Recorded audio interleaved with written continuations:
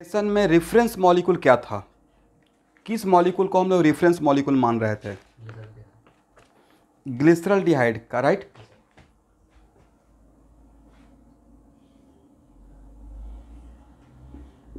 ये मेरा reference molecule था।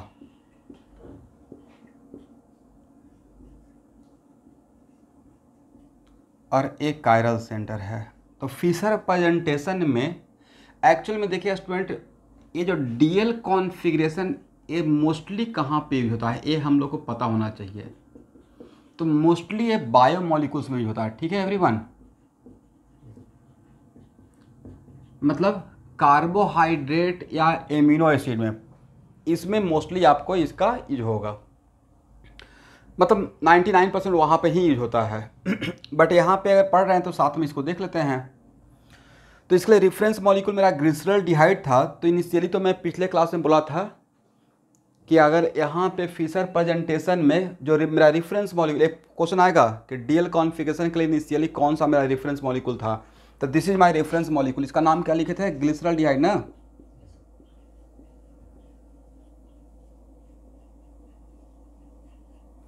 और इसमें OH अगर फिशर प्रेजेंटेशन में राइट हैंड साइड में रहेगा तो इसको हम लोग क्या बोलेंगे? D configuration.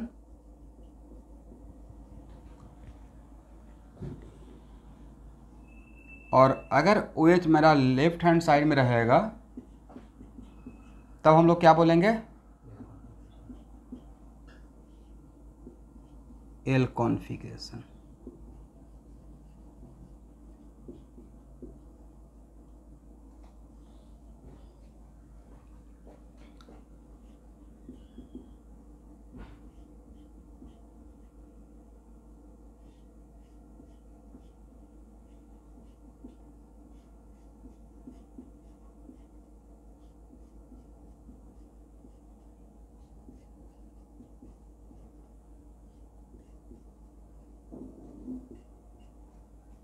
देखिए, लेकिन इस रेफरेंस मॉलिक्यूल से तो यहाँ तक तो ठीक था, यहाँ तक मेरा काम चल जाता।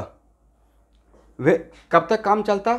जब तक सर कायरल सेंटर 1 रहेगा तब तक तो हम लोग का काम चल जाता, राइट? लेकिन कन्फ्यूजन होता जहाँ पे कायरल सेंटर मोर देन 1 है। तो इसका देखिए, मुझे पता है तो इसलिए मेरे ऊपर ट्रस्ट कर लीजिए। भी ये मेरा कार्बोहाइड्रेट है, one of the example of carbohydrate. और जितना भी कार्बोहाइड्रेट आप नाम जानिएगा उसका लास्ट में ओज आता है। जैसे फॉर एग्जांपल ग्लूकोज, लास्ट में OAC, ओज है ना। सुक्रोज लास्ट में ओज, फ्रक्टोज लास्ट में ओज, सेलुलोज लास्ट में ओज, माल्टोज लास्ट में ओज। इसका मतलब जितना भी कार्बोहाइड्रेट का फैमिली है उसका नोमेनक्लेचर में 3 लेटर सफिक्स में रहेगा ओज, करेक्ट? तो हेलो एवरीवन, हाँ ना, कम से कम कुछ तो बोलिए, सुन पा रहे हैं ना? ओके। तो वैसा कार्बोहाइड्रेट जिसमें अल्डिहाइडी ग्रुप प्रेजेंट रहता है तो उसको हम लोग बोलते हैं, ये पढ़ाएंगे आप लोग को,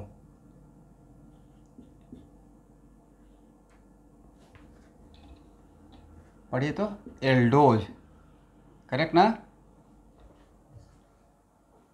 तो those carbohydrate which has aldehydic group, उसका नाम हम लोग क्या बोलते हैं? किस फैमिली का? एल्डोज। इसका मतलब ये मेरा क्या है? This is example of what? Aldose. और अगर कीटोनिक ग्रुप रहता तो कीटोज बोलते, करेक्ट? लास्ट में क्या आएगा? OAC। और यहाँ पे कितना कार्बन है? 1 2 3 4 5 6। तो इसको एक्चुअल में इसको बोलते हैं Aldo hexose. Hex stand for 6, समझे? तो एक्चुअल में आप लोग को एक तो मोटा मोटी आइडिया हो गया ना कि एक कैपिटल D और कैपिटल L एक कुछ समथिंग नोमेनक्लेचर के जैसा है। जैसे हम लोग E and Z पढ़े हैं ना, वैसे ही कार्बोहाइड्रेट या एमिनो एसिड के लिए एक नोमेनक्लेचर का मेथड डेवलप किया गया, कैपिटल D और कैपिटल L, राइट? तो in case of biomolecules carbohydrate, specially for carbohydrate, अगर कायरल सेंटर 1 से ज़्यादा रहेगा, this is the reference molecule. देखिए मुझे यहाँ पे कन्फ्यूजन था इसलिए मैं यहाँ पे थोड़ा टाइम लेना चाह रहा हूँ। मुझे कन्फ्यूज नहीं हुआ था कि हम लोग के जो टीचर थे वो इसको पढ़ा के छोड़ दिए थे, ऐसा नहीं कि उनको नहीं पता था, बट बाकी अपने असाइनमेंट में दे दिए होंगे कि हम लोग अपना हाथ पर मारते रहें, खोजते रहें कभी कभी कुछ चीज़ें। उस टाइम गूगल तो था नहीं, तो बुक्स वगैरह देखते देखते मॉर्सन बॉयड सोलोमन इसको फॉलो करते। तो एक्चुअल में यहाँ पे तक तो कन्फ्यूजन हुआ, लेकिन कन्फ्यूजन होना स्टार्ट यहाँ से हो गया जहाँ पे more than one chiral centre है, ठीक है। तो जहाँ पे more than one chiral centre रहेगा तो उस केस में फारदेस्ट कायरल सेंटर, कौन सा, फारदेस्ट कायरल सेंटर। तो फारदेस्ट कायरल सेंटर का मतलब, तो कार्बन नंबर 1 कार्बोहाइड्रेट में अगर अल्डिहाइडी ग्रुप है तो कार्बन नंबर 1 पिछले क्लास में बताया था ना, इसको मानते हैं। तो फारदेस्ट कायरल सेंटर में फिशर प्रेजेंटेशन में अगर OH राइट में रहेगा, कहाँ रहेगा, राइट में रहेगा, तो उसको हम लोग डी कैटेगरी में रखेंगे, बोलेंगे कैपिटल डी कॉन्फ़िगरेशन। और फारदेस्ट कायरल सेंटर पे अगर OH मेरा लेफ्ट हैंड साइड में रहेगा तो उसको बोलेंगे capital L configuration. Is it right? तो नेक्स्ट क्वेश्चन कि सर बाकी कायरल सेंटर पे, बाकी कायरल सेंटर के लिए आपको फ्रीडम दे दी है, जहां मर्जी वहां, correct.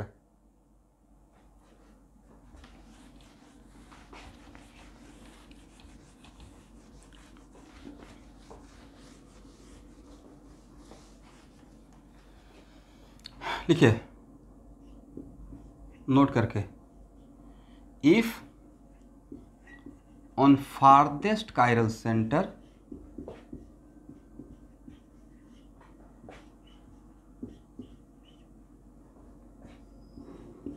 OH group in left hand side in Fisher presentation, correct,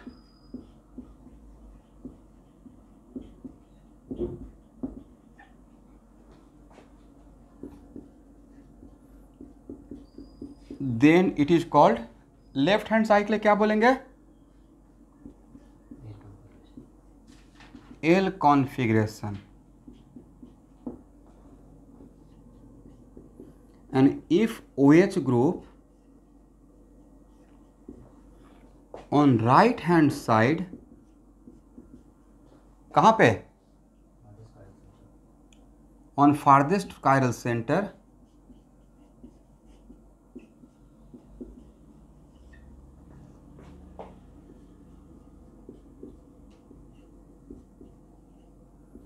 then it is called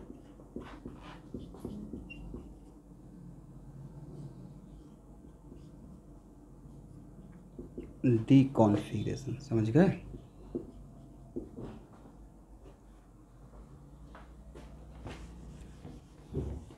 ठीक है ना एवरीवन?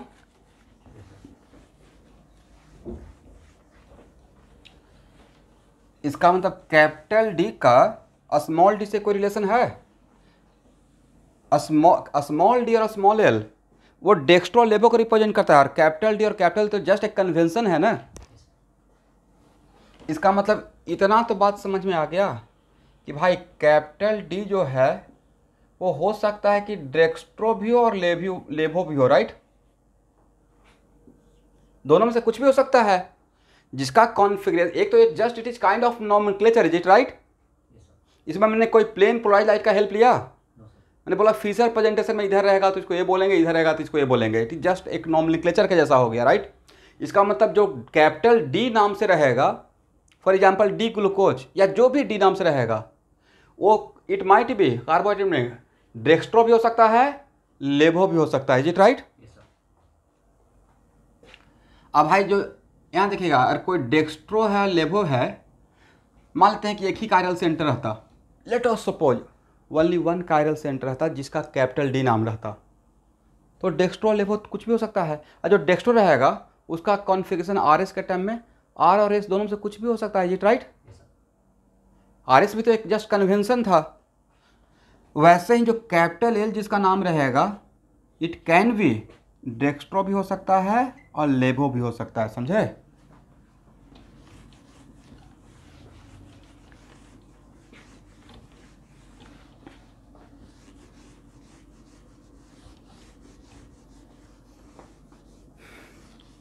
सवाल भाई बर्थडे के वाला बात हमको तब से समझ में नहीं आया।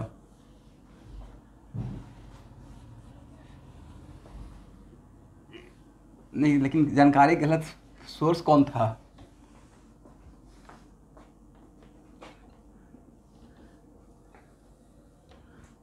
अच्छा, नहीं, मैं इसलिए घबरा गया कि कहीं पे फेसबुक वगैरह, कभी कभी डर लगता भाई, आजकल सोशल ज़माना है, तो फेसबुक में आकर चेक किया कि फेसबुक में तो कुछ उल्टा पुल्टा नहीं हो गया है, क्योंकि मेरा फेसबुक का आईडी आज के डेट में किसी और के पास भी रहता है जो मेरा ऐड पोस्ट करते रहते हैं, तो मैं वहाँ भी थोड़ा सा फॉलो किया आकर। लेकिन जब सबसे ज़्यादा रिक्वायरमेंट रहेगा उसी टाइम पे धोखा देगा। देखा कि क्रोम ही मेरा नहीं चल रहा है, कल से ही क्रोम नहीं चल रहा था, गूगल क्रोम अनइंस्टॉल करना था, फिर अनइंस्टॉल करके इंस्टॉल किए, देखे तो सब कुछ सही है। फिर देखे कि राहुल रजक भी मुझे विश कर रहे हैं, फिर वहाँ भी दो स्टूडेंट विश कर दिया।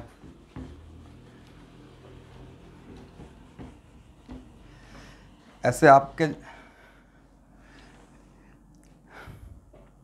रियल वाला बताएं या सर्टिफिकेट वाला?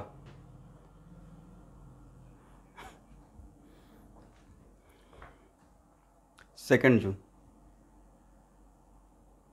फेसबुक को दिखाएगा 15 जुलाई, ठीक है।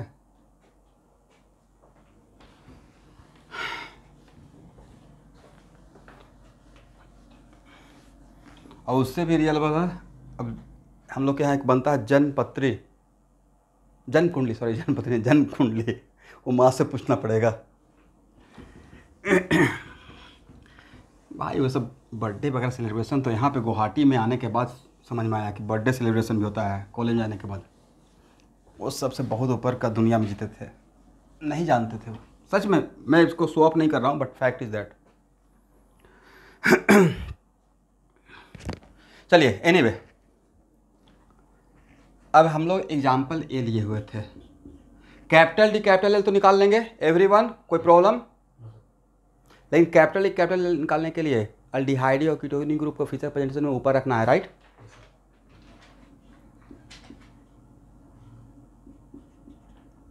आप इस एग्जाम्पल से समझते हैं, CHOH CHOH CHOH CH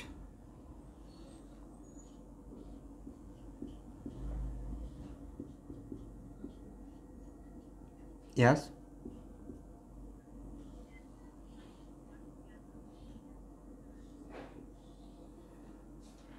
उसके बाद मैंने बोला था कि फीसर प्रेजेंट, यहाँ से मैं समझा देता हूँ कि फीसर प्रेजेंटेशन में फार्देस्ट कायरल सेंटर, मतलब लास्ट कायरल सेंटर पे अगर OH राइट में रहेगा तो उसको कैपिटल D बोलना है, ठीक है। कहाँ पे रहेगा? अगर राइट में रहेगा उसको कैपिटल D बोलना है, ठीक है ना। तो सर बाकी कायरल सेंटर पे कहीं भी रहेगा, कोई प्रॉब्लम नहीं है। फार्देस्ट कायरल सेंटर पे आपको देखना है, इसको कार्बन नंबर 1 मानते हुए। करेक्ट है एवरीवन? ओके।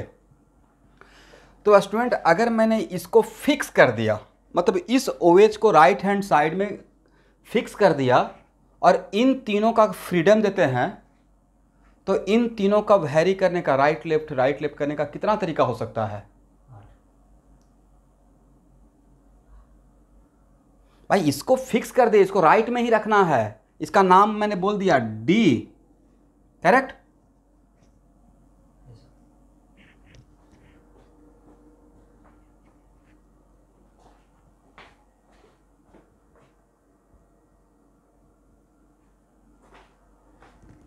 यहाँ देखिए, मैंने बोला शुभांकर कि इस OH को मैंने राइट हैंड साइड में करके फिक्स कर दिया, राइट? इसको फिक्स कर दिया और बाकी इन तीनों कायरल सेंटर को मैं आपको बोल रहा हूँ चेंज करना है। OH को लेफ्ट राइट करना है, लेफ्ट राइट जितना भी हो सकता है। मैक्सिमम कितना कॉम्बिनेशन हो सकता है? 8 हो सकता है। तो भाई इसमें टोटल कायरल सेंटर था कितना? जहाँ से जिस एग्जाम्पल को हम लोग डील कर रहे हैं, मैं इस एग्जाम्पल को डील कर रहा हूँ, right? CHOH CHOH CHOH CHOH and CH2OH, right? तो इस एग्जाम्पल में कितना कायरल सेंटर है जरा देखेंगे। Sir there are 4 chiral centre, right? How many chiral centre? 4 chiral centre. तो 4 कायरल सेंटर और all are dissimilar, is it right? All are dissimilar. तो टोटल ऑप्टिकल आइसोमर यहाँ पे कितना होगा सर? 2⁴ मतलब 16 होगा, राइट? 2⁴ मतलब 16, इज इट राइट?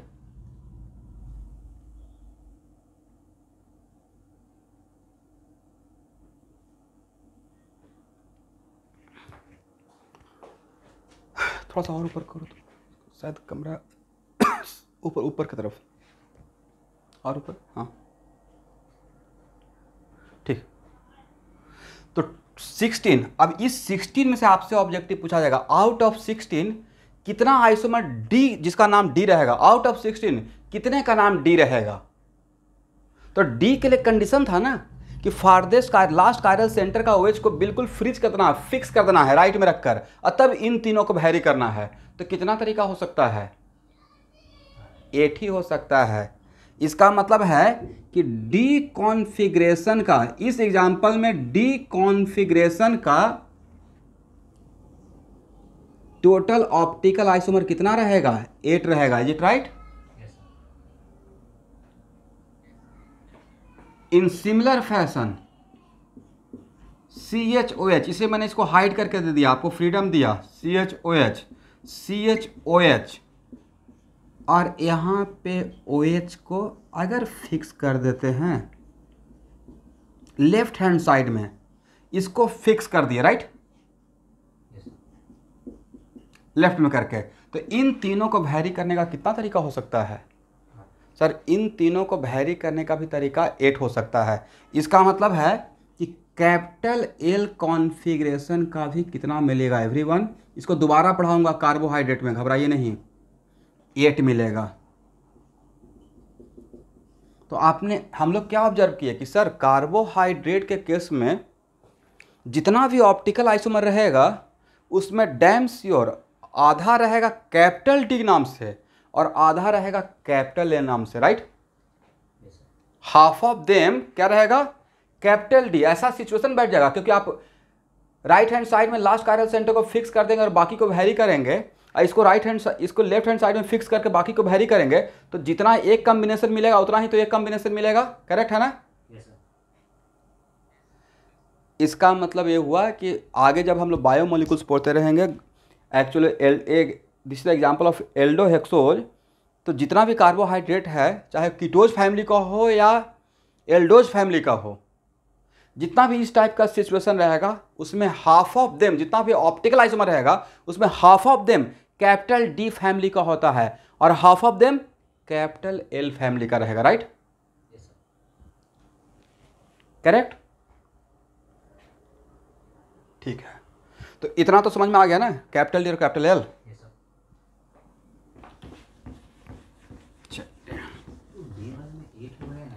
क्या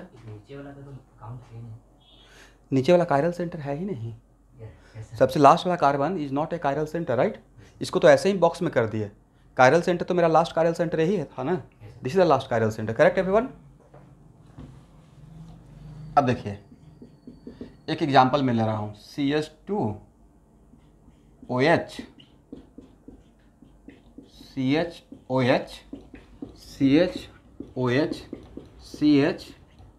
एंड CH2OH। इसको अगर फिशर प्रेजेंटेशन में सजाना रहेगा तो कीटोनिक ग्रुप को नीचे रखिएगा या ऊपर रखिएगा?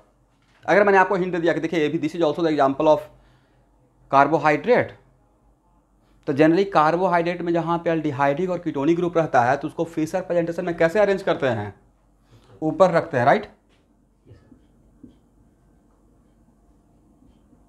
तो इसको ऐसे सजाएंगे, ठीक है एवरीवन?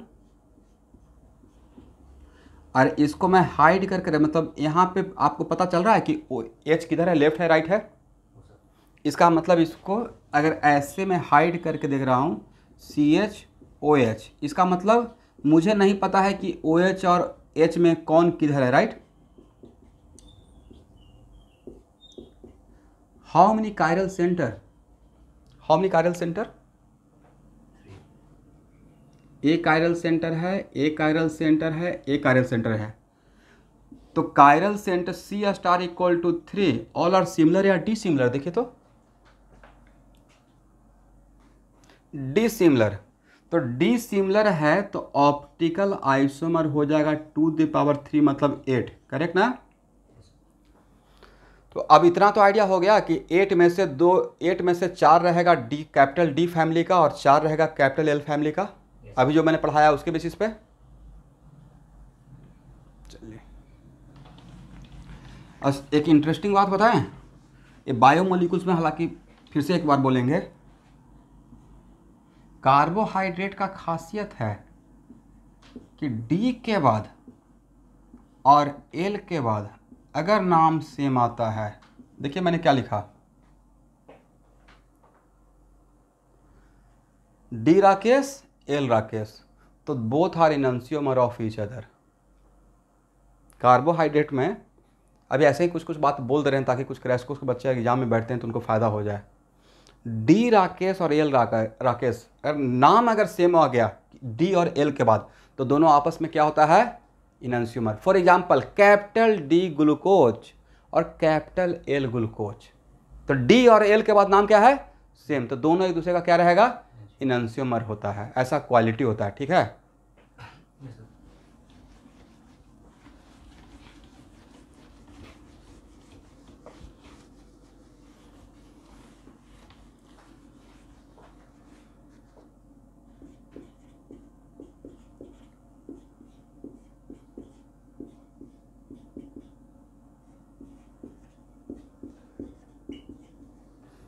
देखिए मैं लास्ट कायरल सेंटर को फिक्स कर रहा हूं।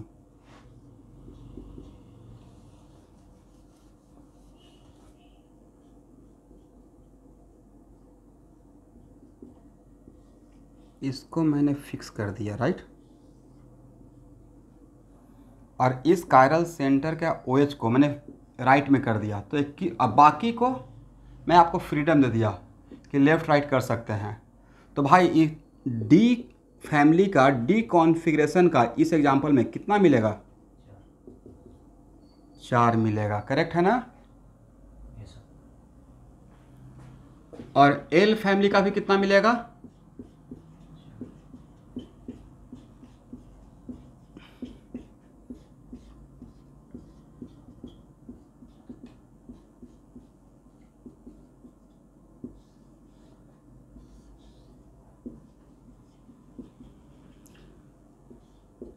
एल कॉन्फ़िगरेशन, इसका भी 4 मिलेगा, ठीक है। और आपके जानकारी के लिए टोटल कार्बन कितना है, 1 2 3 4 5 6, तो ऐसे तो अभी पढ़ाया नहीं हूँ बट अभी के लिए बस जान जाइए, इसका कार्बोहाइड्रेट अगर पढ़ाते रहते तो इस पूरे का नाम स्ट्रक्चर वाइज नाम रहता कीटोहेक्सोज। क्या रहता, वहाँ पे क्या बोले थे, एल्डोहेक्सोज ना। 6 कार्बन का कार्बोहाइड्रेट जिसमें एल्डिहाइड ग्रुप है तो एल्डोहेक्सोज, 6 कार्बन का कार्बोहाइड्रेट जिसमें कीटो ग्रुप है तो इसका नाम क्या हो गया, कीटोहेक्सोज। तो how many ketohexose are possible, 8। How many ketohexose, 8। How many aldohexose, aldohexose कितना था, 16। एल्डोहेक्सोज कितना था, उसमें 4 कायरल सेंटर था।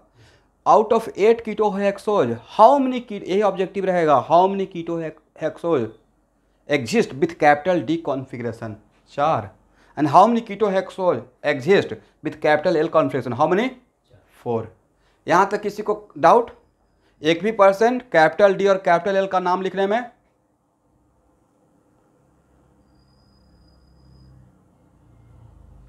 ओह सॉरी, हो गया ना।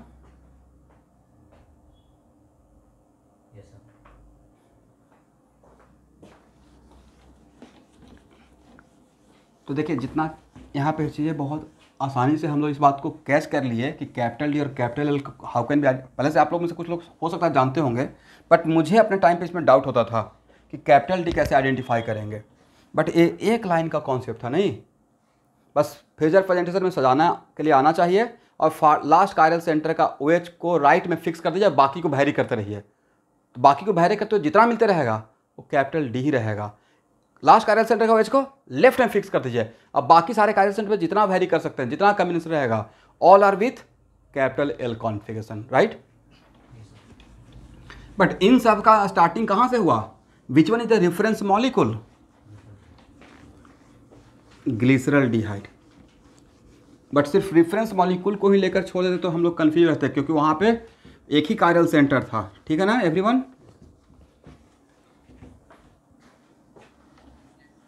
चलिए, आपने बोला था कार्डिगन कीटोन को सबसे ऊपर रखना है, इसमें तो C1 ऊपर 1 है।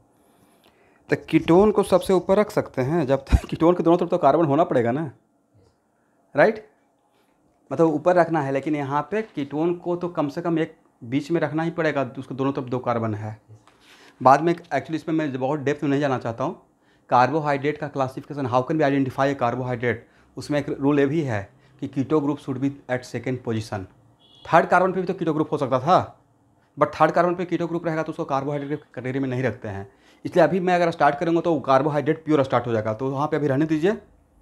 और आपका ऐसे तो मैं कार्बोहाइड्रेट सबसे लास्ट में पढ़ाता था, पिछले 10 साल में सबसे लास्ट में पढ़ाता था बायोमोलिकुल्स, बट इस बार ऐसा ना सीक्वेंस हो गया है कि मुझे नवंबर से पहले ही पढ़ाना पड़ेगा बायोमोलिकुल्स, राइट? चलिए स्टूडेंट, यहाँ तक सबको समझ में आ गया? किसी को प्रॉब्लम?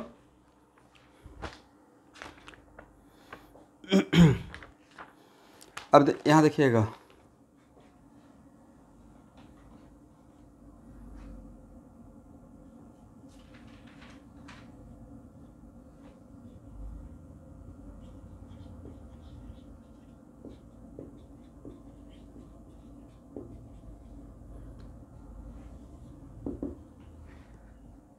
Hello everyone.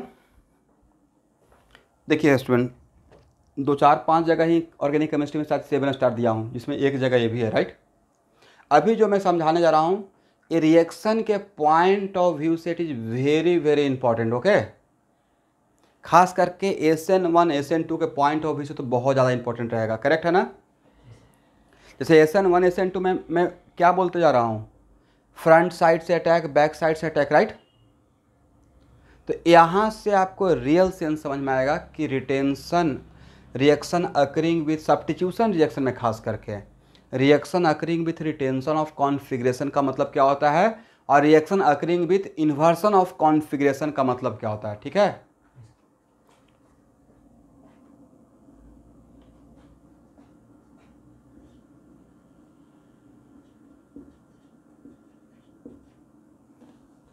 तो इसके अंदर हम लोग क्या पढ़ने जा रहे हैं?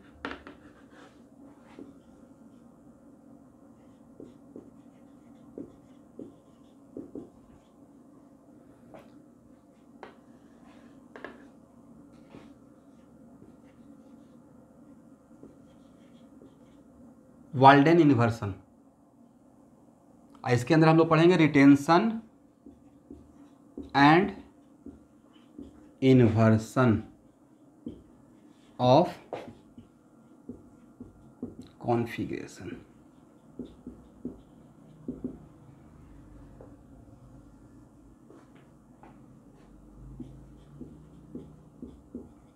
During substitution reaction. ठीक है ना स्टूडेंट? और सब्स्टिट्यूशन रिएक्शन का डिफिनेशन तो अभी बोलने का यहाँ पर रिक्वायरमेंट नहीं है। एक सिग्मा बॉन्ड ब्रेक होगा और एक न्यू सिग्मा बॉन्ड फॉर्म होगा। ठीक है ना? First point, it is very important to note that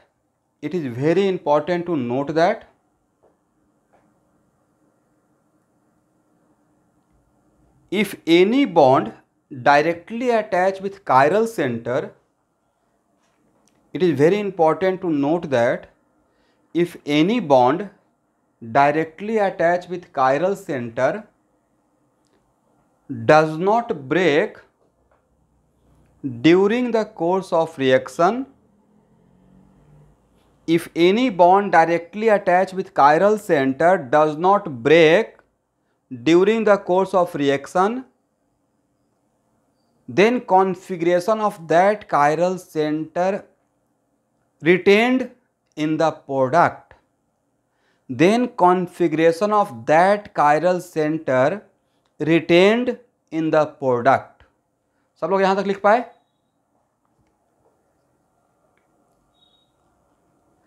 और किसी भी कायरल सेंटर से डायरेक्टली 4 ही बॉन्ड रहेगा ना, 4 डिफरेंट ग्रुप रहता है, करेक्ट एवरीवन? भाई ये बहुत इंपॉर्टेंट है। और वो चारों बॉन्ड में से कोई भी बॉन्ड अगर during the course of reaction अगर नहीं ब्रेक हुआ, कोई भी बॉन्ड नहीं ब्रेक हुआ, तो उस कायरल सेंटर का प्रोडक्ट में कॉन्फ़िगरेशन क्या रहेगा? रिटेन्ड रहेगा। तो उस कायरल सेंटर के लिए प्रोडक्ट में क्या बोलेंगे? Configuration of that chiral centre is retained in the product. मतलब जो जैसे बैठा हुआ था एक दूसरे के रिस्पेक्ट में वैसे ही है, करेक्ट? अपना अरेंजमेंट को चेंज नहीं किया, करेक्ट है? चलिए अब सेकेंड पॉइंट लिखिए।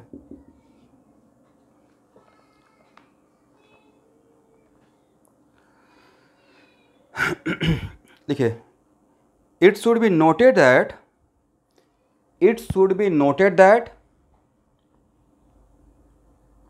if a group are replaced by other group, it should be noted that if a group is replaced by other group of a given chiral carbon of a given chiral center, then R to R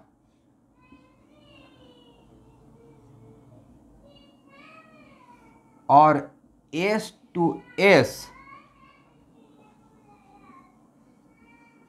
need not be always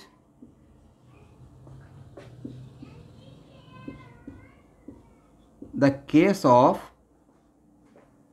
पहले लिख लीजिए फिर मैं समझाऊंगा, retention of configuration।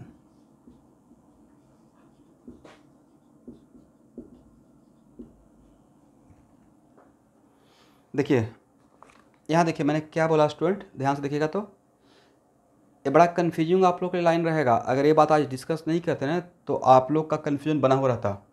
मैंने बोला किसी chiral centre पे, मान लेते हैं कि मेरा एक कायरल सेंटर है, ठीक है स्टूडेंट, ये मेरा कायरल कार्बन है, करेक्ट? ए बी सी और डी 4 डिफरेंट ग्रुप है, और यहाँ पे ग्रुप बी को रिप्लेस कर दिए किसी एक कमिंग ग्रुप से, राइट? मतलब कायरल सेंटर से डायरेक्टली 4 बॉन्ड अगर ब्रेक होता है, मुझे नोट करके लिखवाऊंगा। पहला तो मैंने पॉइंट क्या लिखवाया, किसी भी कायरल कार्बन से डायरेक्टली अटैच 4 बॉन्ड में से कोई भी बॉन्ड अगर ब्रेक नहीं होता है तो उस कायरल कार्बन का प्रोडक्ट में कॉन्फ़िगरेशन रिटेन रहेगा, राइट? सेकेंड क्या हो सकता है कि किसी कायरल सेंटर से डायरेक्टली 4 बॉन्ड में से कोई बॉन्ड ब्रेक हो रहा है, और इस कायरल कार्बन में पे जो 4 ग्रुप है उसमें से कोई भी एक ग्रुप दूसरे ग्रुप से अगर रिप्लेस हो गया और उस कायरल कार्बन का कॉन्फ़िगरेशन सबस्ट्रेट में अगर R है, क्या है सबस्ट्रेट में R, और प्रोडक्ट में भी अगर R ही दिख रहा है, जिस कायरल कार्बन पे रिएक्शन हुआ इस कायरल कार्बन पे, मान लेते हैं कि लिविंग ग्रुप यहाँ रहा होगा, समझे स्टूडेंट? मान लेते हैं कि इस कार्बन पे, भाई हाँ ना कुछ बोलिए, समझ पा रहे हैं मैं क्या बोल रहा हूँ? एक रिएक्शन में बहुत इंपॉर्टेंट, ओह क्या हो गया?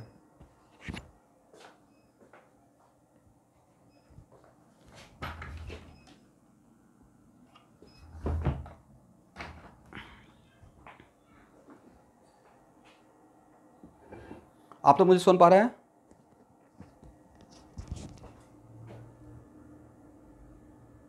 हेलो?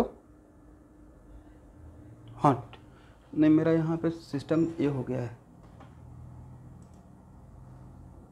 एक मिनट रुकिए स्टूडेंट। हाँ ठीक है। तो अरे इस कायरल कार्बन का यहाँ पे कॉन्फ़िगरेशन सपोज कीजिए R है, और मान लेते हैं कि यहाँ पे कोई ग्रुप आ गया और यहाँ पे कॉन्फ़िगरेशन अगर R ही रह गया, तो आपके तो माइंड में रहता कि इस कायरल कार्बन का कॉन्फ़िगरेशन प्रोडक्ट में रिटेन हो गया, राइट? जिस कार्बन पे रिएक्शन हुआ, जिस कायरल कार्बन पे रिएक्शन हो रहा है, साइट ऑफ रिएक्शन रहता है ना, यहाँ पे मान लेते हैं कि B is the leaving group, और अगर यहाँ पे हम लोग सबस्ट्रेट में, it is very important to note that, अगर सबस्ट्रेट में इस कार्बन का कॉन्फ़िगरेशन R है और प्रोडक्ट में भी इसी कार्बन का कॉन्फ़िगरेशन अगर R दिखता, तो आपके माइंड में क्या चलता कि R से R रह गया, और R से R ही रह गया है, इसका मतलब रिटेंशन हो गया, करेक्ट? ओके। लेकिन मैंने यहाँ पे क्या लिखा, R to R और S to S, मतलब अगर सबस्ट्रेट में R है, प्रोडक्ट में भी R है, या सबस्ट्रेट में अगर S है और प्रोडक्ट में भी S है, तो R to R और S to S need not be always the case of retention of configuration. तो बड़ा कन्फ्यूजन नहीं लग रहा आपको कि सर ये तो R से R का मतलब रिटेंशन ही होना चाहिए था, राइट? और S से S है तब भी इसको रिटेंशन ही बोलना चाहिए था, बट यहाँ पे मैंने उल्टा बात बोल रहा हूँ कि R से R है और S से S अगर हो गया, इसका मतलब ये नहीं कि always this is the case of retention of configuration, correct?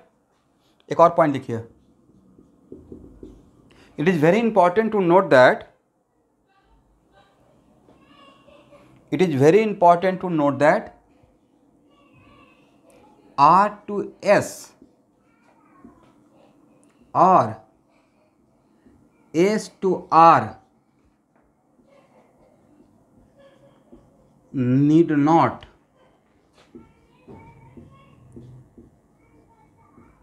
be always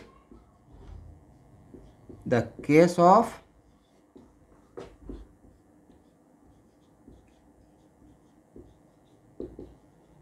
inversion of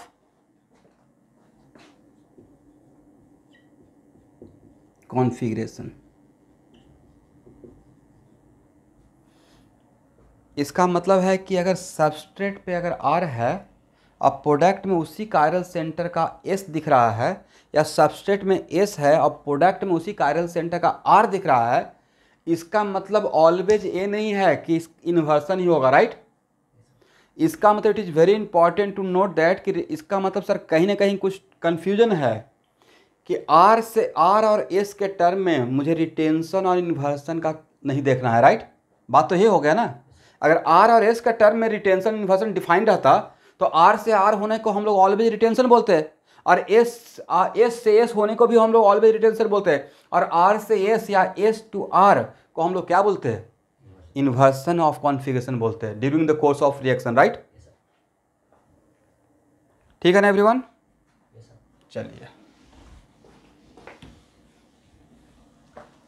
अब 200% गारंटी है भाई कि अगर ये बात आज क्लियर नहीं करते तो आप लोग के दिमाग में इन टर्म्स ऑफ R और S यही चलता है कि किसी कायरल सेंटर का सबस्ट्रेट में अगर कॉन्फ़िगरेशन R है और प्रोडक्ट में उसी कायरल सेंटर का अगर R दिखता तो आप लोग भी यही बोलते हैं कि रिएक्शन हुआ विथ, लेकिन कॉन्फ़िगरेशन रिटेन रहा, right?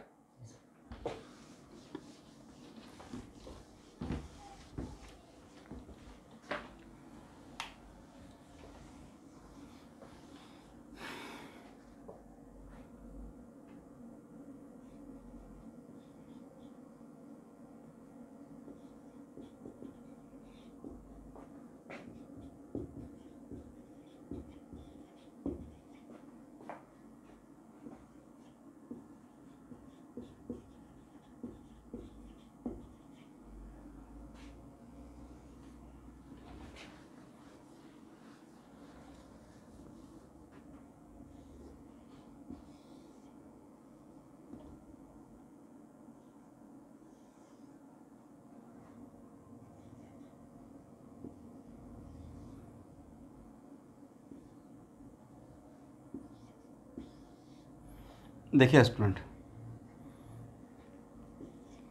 ABD, it is very important to note that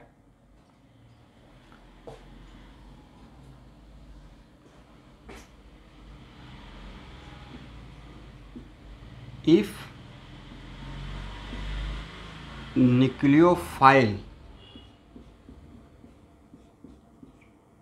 या coming group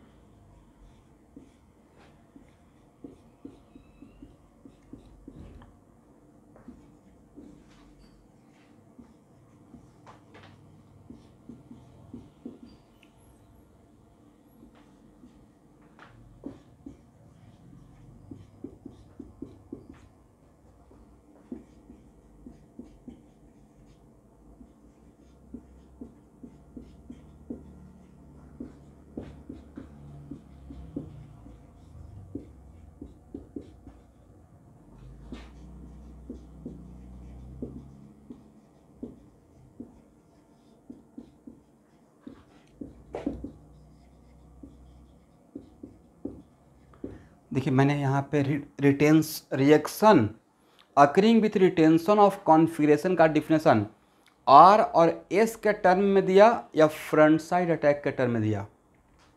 if nucleophile attack from front side, किसके रेस्पेक्ट में फ्रंट साइड?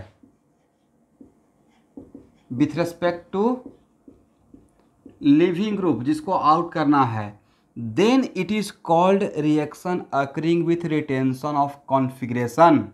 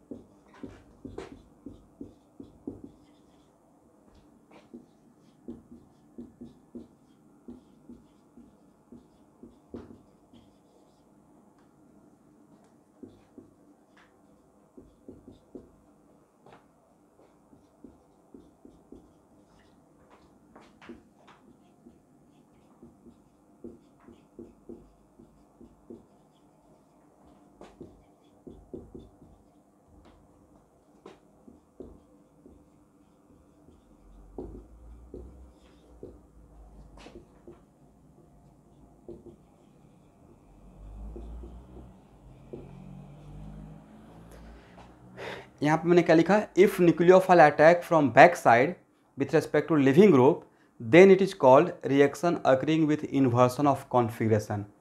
इसका मतलब है कि रिटेंशन और inversion during the course of substitution reaction में रिटेंशन और इन्वर्सन आर और एस देखकर नहीं बोला गया है। लिविंग ग्रुप जिस तरफ से जाएगा, सपोज कीजिए आप यहाँ पे आइए, इसको लिखिए फिर मैं समझा रहा हूँ।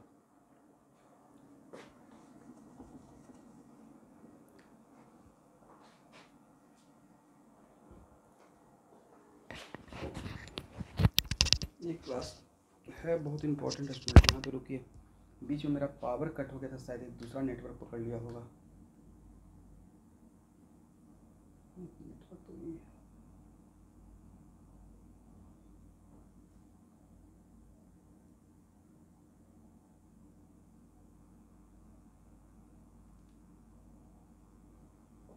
देखिए इसको मैं कर देता हूँ, ठीक है।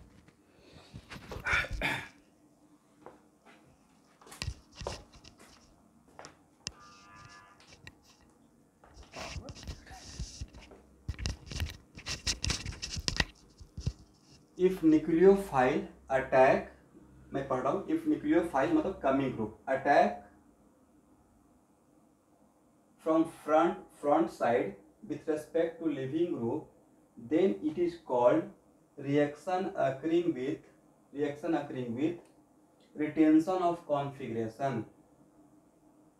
फिर लिखिए ना, फिर मैं इसको बहुत सारे एग्जाम्पल लूंगा, डोंट वरी। यहाँ पे फिर लिखे हैं if nucleophile attack from back side, किसके रेस्पेक्ट में back side? With respect to leaving group then it is called reaction occurring with inversion of configuration. Correct? यहाँ तक हो गया ना?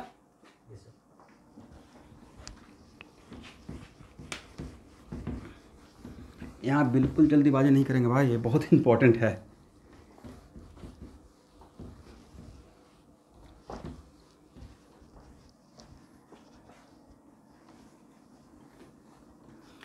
चलिए स्टूडेंट, यहाँ देखिए,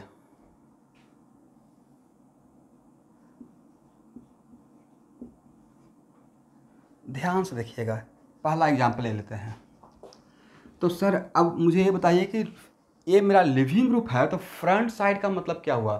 फ्रंट साइड का मतलब ये हुआ कि जहाँ पे लिविंग ग्रुप है, डिटो न्यूक्लियोफाइल को वहाँ पे ही रख दीजिए without disturbing A B D. जहाँ पे ए बी डी है, ए बी डी के अरेंजमेंट को डिस्टर्ब नहीं करना है, और directly in place of leaving group, मतलब जिस तरफ लिविंग ग्रुप का लिविंग ग्रुप यहाँ पे है तो इसी तरफ से आकर अगर बिल्कुल लिविंग ग्रुप के पोजीशन पे ही डायरेक्टली रख देते हैं without disturbing A B and D, without disturbing other 3 group attach with chiral centre, इन तीनों को डिस्टर्ब नहीं करते हैं और लिविंग ग्रुप के प्लेस पे डायरेक्टली अगर बैठा देते हैं तो उस रिएक्शन को हम लोग क्या बोलेंगे? Reaction occurring with retention of configuration. Correct? Reaction occurring with retention of configuration. इसका मतलब है कि रिटेंशन और इन्वर्सन जो टर्म है वो इसके रेस्पेक्ट में डिफाइन था। फ्रंट साइड अटैक, ये दो वर्ड से रिलेटेड था। फ्रंट साइड अटैक को हम लोग क्या बोलेंगे, रिएक्शन रिटेंशन ऑफ कॉन्फिगरेशन के साथ होगा।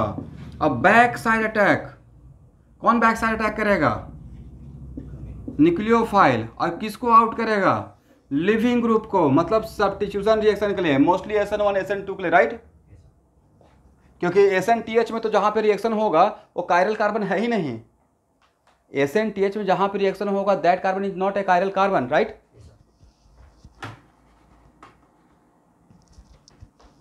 तो इसको हम लोग क्या बोलेंगे, inversion, reaction occurring with inversion of configuration. इसमें reaction occurring with retention of configuration. इसका मतलब रिटेंशन और इन्वर्सन के साथ रिएक्शन होना ये डिपेंड करता है फ्रंट साइड अटैक और बैक साइड अटैक पे। इस बात पे डिपेंड नहीं करता है कि R से R रह गया और R S से S रह गया, राइट। इसलिए आज के बाद front side attack retention of configuration, back side attack inversion of configuration. लेकिन जिस कार्बन पे अटैक कर रहा है वो कायरल कार्बन है ही नहीं, तो वहाँ पे बैक साइड और फ्रंट साइड का कोई मतलब रह जाएगा, तो वहाँ पे कुछ बात नहीं बोलेंगे, राइट। तो अब यहाँ देखिए, तो सर बैक फ्रंट साइड का मतलब तो समझ में आ गया कि यहाँ पे ABD को विदाउट डिस्टर्बिंग जहाँ पे लिविंग ग्रुप है वहाँ पे ही बैठा देंगे। लेकिन बैक साइड का मतलब क्या है, तो फिशर प्रेजेंटेशन में लिविंग ग्रुप के लिए बैक साइड ये तीनों पोजीशन रहेगा। इसके लिए फ्रंट साइड एक है, फिशर प्रेजेंटेशन में लिविंग ग्रुप के लिए फ्रंट साइड सिर्फ एक डायरेक्शन ए वाला, यहाँ पे इसको आउट किया, यहाँ पे आके बैठ गया। बट फिशर प्रेजेंटेशन में लिविंग ग्रुप के रेस्पेक्ट में बैक साइड कितना डायरेक्शन, 3। अगर न्यूक्लियोफाइल ए की तरफ से आता है और एल को आउट करता है, किसकी तरफ से आया, किसको आउट किया, बोलिए भाई, ए की तरफ से आया और किसको आउट किया, ए को आउट नहीं किया, ए की तरफ से आया और लिविंग ग्रुप को आउट कर दिया, तो लिविंग ग्रुप तो चला गया, बट न्यूक्लियोफाइल कहाँ पे रहेगा, तो ए की तरफ से आ रहा है तो न्यूक्लियोफाइल ए के पोजीशन पे आ जाएगा और ए को यहाँ पे भेज देगा, राइट, करेक्ट ना। इसका मतलब किस तरफ से, तो लिविंग ग्रुप के लिए फिशर प्रेजेंटेशन में बैक साइड कितना, 3, फ्रंट साइड कितना, 1, बैक साइड कितना, 3। अगर न्यूक्लियोफाइल बी की तरफ से आकर लिविंग ग्रुप को आउट करता है तो न्यूक्लियोफाइल कहाँ नजर आएगा, और बी कहाँ नजर आएगा, न्यूक्लियोफाइल यहाँ नजर आएगा, राइट, और बी कहाँ नजर आएगा, यहाँ चला जाएगा, राइट। अगर यहाँ पे न्यूक्लियोफाइल डी की तरफ से आकर एल को आउट कर रहा है, डी की तरफ से आकर एल को आउट कर रहा है, देन तो न्यूक्लियोफाइल यहाँ पे नजर आएगा और यहाँ पे कौन नजर आएगा, डी नजर आएगा। इसका मतलब फ्रंट फिशर प्रेजेंटेशन है, फ्रंट साइड अटैक करने का तरीका एक, बैक साइड अटैक करने का तरीका 3 तरीका रहेगा, राइट। इसका मतलब बैक साइड अटैक से कितना प्रोडक्ट बनेगा,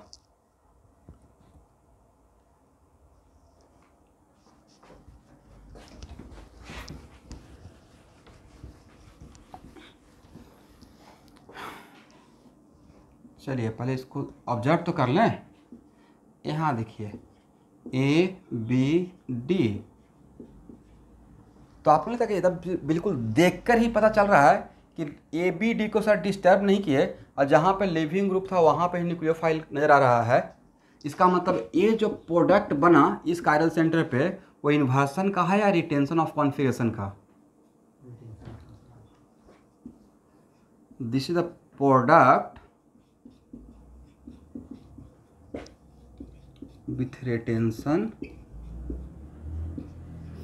ऑफ कॉन्फिगरेशन, समझ गए ना।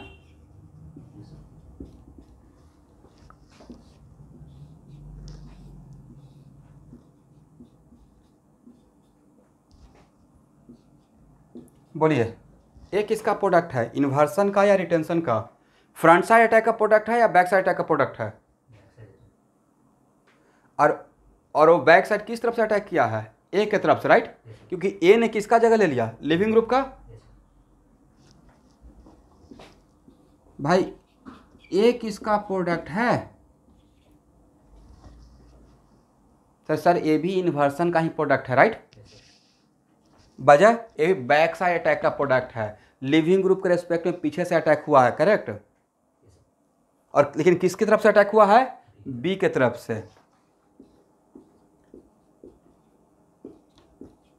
ये किसका प्रोडक्ट? यानी कि all this three, correct? All this three are the example of what? Back side attack product, right?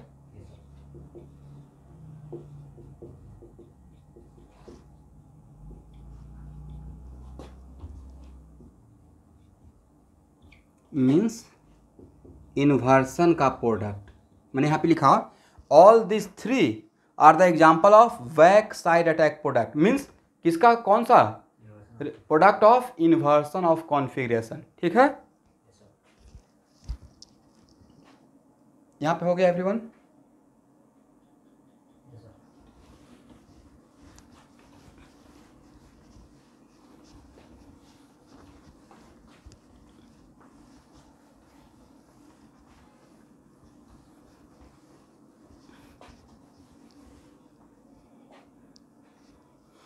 और means inversion product, means inversion product. ठीक है,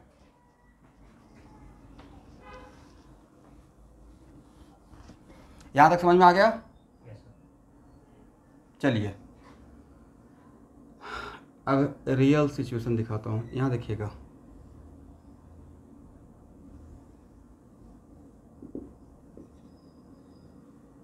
भाई सिचुएशन तो यही रहा होगा ना।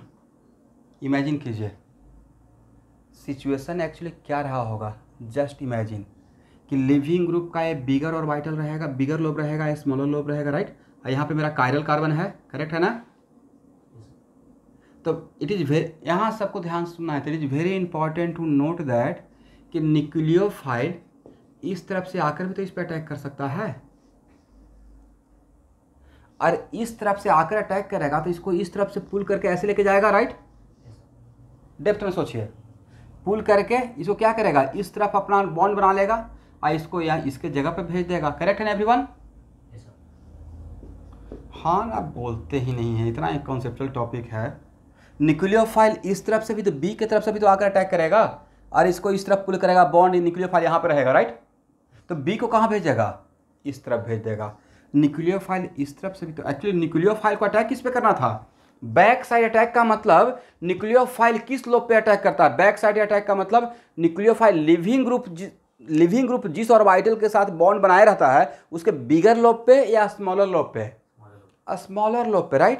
और स्मॉलर लोब को पुल करने का तरीका ए के तरफ से भी हो सकता है, बी के तरफ से भी हो सकता है, डी के तरफ से भी हो सकता है। फिशर प्रेजेंटेशन में समझने का तरीका, करेक्ट? लेकिन अगर न्यूक्लियोफाइल डायरेक्टली अगर यहाँ पे इस तरफ न्यूक्लियोफाइल यहाँ से ही आता और यहाँ से इसको पुश आउट करता तो इस तरफ इन तीनों को कोई डिस्टर्बेंस होगा? इन तीनों को डिस्टर्बेंस नहीं होता। कुछ ऐसे समझिए कि मान लेते हैं कि मेरे पास एक ग्रुप है A, B and D, 3D में समझिए, और यहाँ पे लिविंग ग्रुप है। कितना बार तो समझाए थे कि अगर इसको पुल करेंगे तो इसका साइज बड़ा होगा, राइट? चीज़ों को समझना है, इसका साइज क्या होगा? बड़ा होगा। और एक टाइम आएगा जब इसका साइज इक्वल हो जाएगा। इसको लिखना नहीं है, इसका साइज इक्वल हो जाएगा। तो जैसे जैसे इसको आप पुल करेंगे वैसे से ए बी डी उस तरफ जाएगा, राइट? और इसको कंप्लीटली पुल कर लिए तो नहीं लगता कि जस्ट उल्टा नजर आएगा, ए बी डी, और ए ऐसा नजर आएगा। तो उसी तरीके का ए बी टी का अरेंजमेंट रहा या जस्ट उल्टा हो गया? जस्ट उल्टा हो गया। That's why it is called back side को बोलते हैं इन्वर्सन का प्रोडक्ट। अभी आप आर एस निकाले हैं क्या? आर एस तो बिना निकाले हुए बात बोल रहे हैं। तो इन्वर्सन का मतलब लिविंग ग्रुप के रेस्पेक्ट में पीछे से अटैक। पीछे से अटैक किस पे? स्मॉलर लोब पे, राइट? और जैसे से स्मॉलर लोब को पीछे से पुल करेंगे और इस तरफ बड़ा करके इसके साथ बॉन्ड बनाएंगे और बाकी तीनों ग्रुप को किधर भेज देंगे? आगे पीछे भेज देंगे, करेक्ट? इसको इस तरफ, तो ये तीनों का रहेगा जस्ट उल्टा। बट अगर यहाँ पे ही न्यूक्लियोफाइल आता तो क्या इन तीनों को इस तरफ आने का रिक्वायरमेंट होता? इन तीनों को इस तरफ आने का रिक्वायरमेंट नहीं होता। करेक्ट है everyone. Lastly front side attack मतलब बिगर लोब पे अटैक, मतलब जहां पे लिविंग ग्रुप है डिट्टो वहां पे ही रख देना है न्यूक्लियोफाइल को without disturbing other three group. लेकिन बैक साइड अटैक का मतलब लिविंग ग्रुप के रेस्पेक्ट में पीछे से, तो पीछे से किधर से सर, लिविंग ग्रुप के रेस्पेक्ट पीछे से का मतलब ए के तरफ से भी अटैक करते हैं उसको भी बैक साइड का प्रोडक्ट मानेंगे, बी की तरफ से भी अटैक करेंगे उसको भी बैक साइड का प्रोडक्ट मानेंगे, सी की तरफ से भी, डी की तरफ से अटैक करेंगे उसको भी बैक साइड का प्रोडक्ट मानेंगे। बट अगर ए की तरफ से अटैक करेंगे तो न्यूक्लियोफाइल ए की जगह पर नजर आएगा, और ए कहाँ पर नजर आएगा, लिविंग ग्रुप की जगह पर नजर आएगा। बी की तरफ से अटैक करेंगे तो न्यूक्लियोफाइल बी की जगह पर नजर आएगा, अब बी कहाँ नजर आएगा, लिविंग ग्रुप की जगह पर नजर आएगा। डी की तरफ से अटैक करेंगे तो न्यूक्लियोफाइल डी की जगह पर नजर आएगा, और डी कहाँ नजर आएगा, लिविंग ग्रुप की जगह पर नजर आएगा। Is it right? Yes, sir.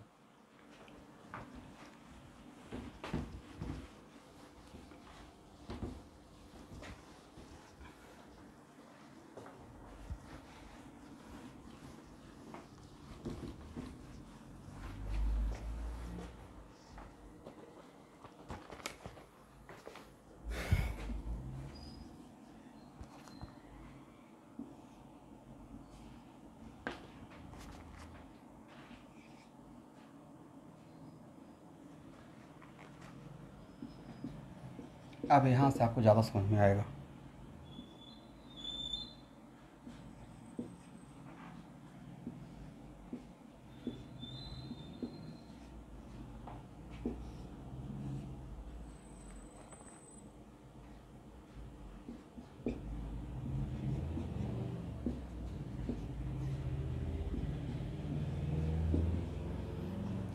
बताइए इसमें गया कौन और आया कौन?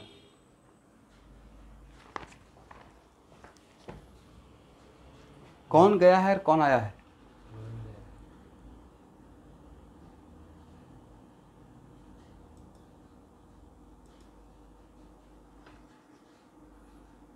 आयोडीन, इसका मतलब मेरा आयोडीन कमिंग ग्रुप है, राइट?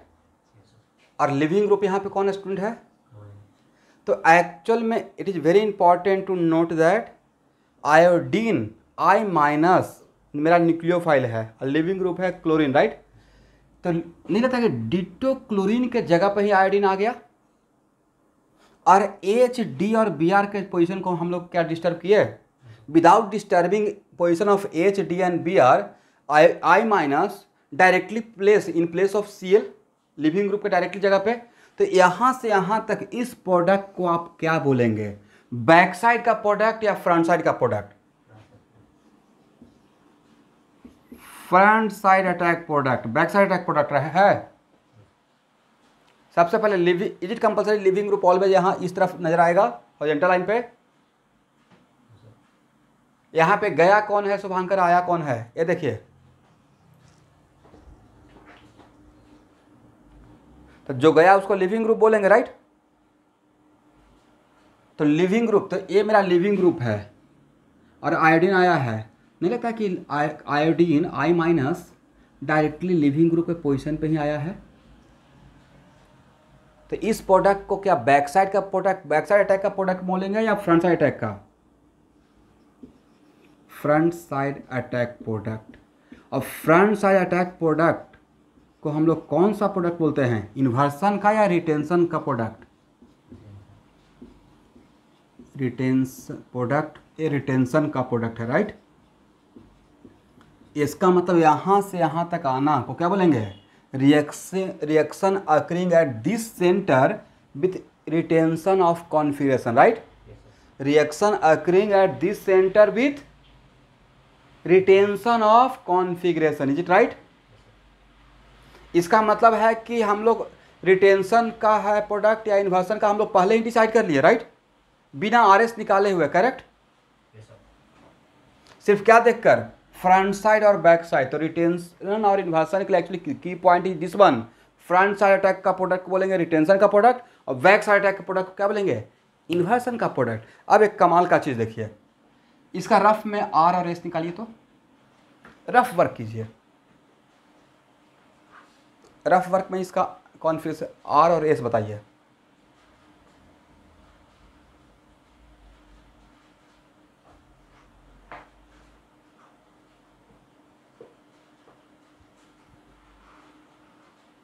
क्या है? आर है, ओके। और एक काम कीजिए, इसको भी रफ वर्क में, यहाँ पे मत कीजिएगा काम, रफ वर्क में इसका बताइए, इस सेंटर का कॉन्फ़िगरेशन क्या है?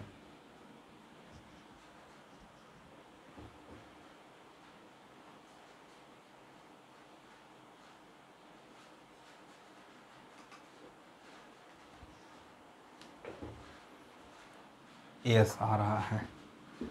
तो it is very important to note that, आपको नहीं था कि सर अगर यहाँ पे आज का क्लास में अगर ये सब नहीं सीखते तो हम लोग तो बस इस यहाँ से यहाँ तक का कोई पूछता कि यहाँ से यहाँ जो प्रोडक्ट बना है उसका कॉन्फ़िगरेशन रिटेन रहा है या रिटेंशन हुआ या इन्वर्सन, तो आप तो इसका आर और एस निकालते, यहाँ पे निकालते तो आर मिलता और यहाँ पे निकालते तो एस मिलता, और आर से एस हो गया तो आप डायरेक्ट बोल देते कि प्रोडक्ट जो मिला है वो इन्वर्सन ऑफ कॉन्फ़िगरेशन का मिला है, राइट?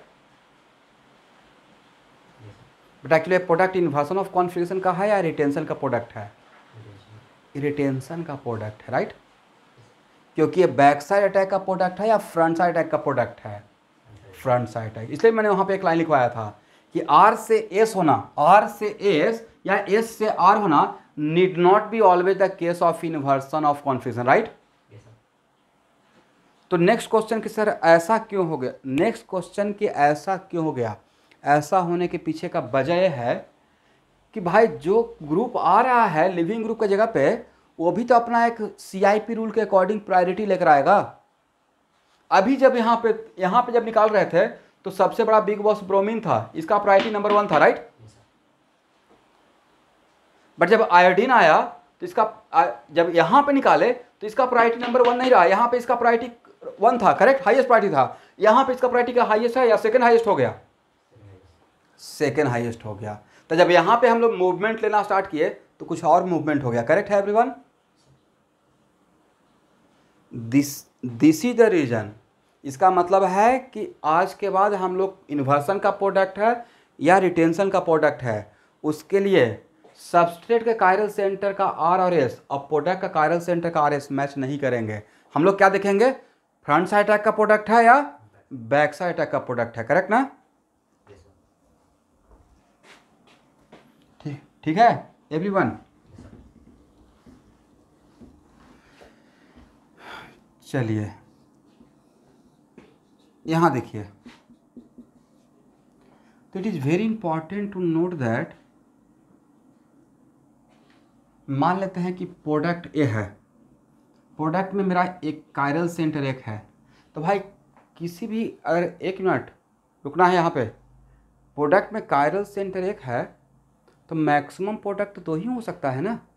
1 कायरल सेंटर से कितना प्रोडक्ट हो सकता है? 2 ही प्रोडक्ट हो सकता है, राइट? अगर कायरल सेंटर 1 है तो उसका 2 ही नाम रहेगा, या तो आर वाला नहीं तो एस वाला, करेक्ट? तो अब यहाँ पे क्लोरीन के रेस्पेक्ट में बैक साइड कितना, किसी भी लिविंग ग्रुप के रेस्पेक्ट में बैक साइड 3 होगा, राइट? क्लोरीन के रेस्पेक्ट में ये भी बैक साइड है, ये भी बैक साइड है, ये भी बैक साइड है। एक काम करते हैं, तीनों बैक साइड से 1 बाय 1 अटैक करते हैं। मान लेते हैं आयोडीन यहाँ पे आ गया और क्लोरीन मेरा लिविंग ग्रुप है इस एग्जाम्पल में, तो आयोडीन यहाँ पे आ गया तो H यहाँ पे चला जाएगा, मतलब आयोडीन आ रहा है और आउट किसे कर रहे हैं, क्लोरीन को आउट कर रहे हैं। ये मेरा क्या है, लिविंग ग्रुप है। फिर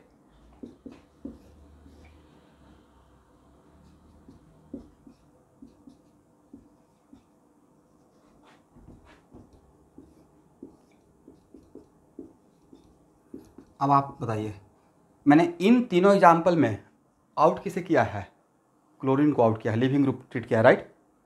और लिविंग क्लोरीन के रेस्पेक्ट में मैंने पहले H की तरफ से बनाया प्रोडक्ट, ये बना, D की तरफ से प्रोडक्ट बनाया, ये बना, ब्रोमीन की तरफ से प्रोडक्ट बनाया, ये बना। तो आपको नहीं था कि all this 3 are the product of back side attack product, मतलब इन्वर्सन का प्रोडक्ट।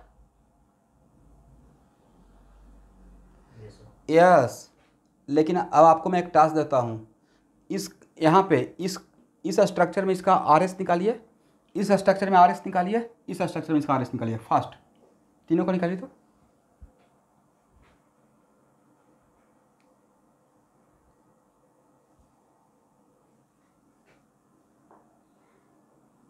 इसका क्या है? नहीं,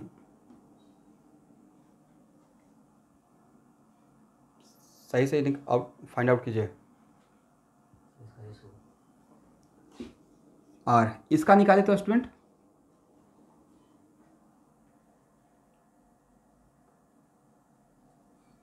अभी भी उसी रूल को फॉलो करना है, लोएस्ट प्रायोरिटी ग्रुप को बॉटम लाइन पे लाना है फटाक से, राइट? Yes, sir.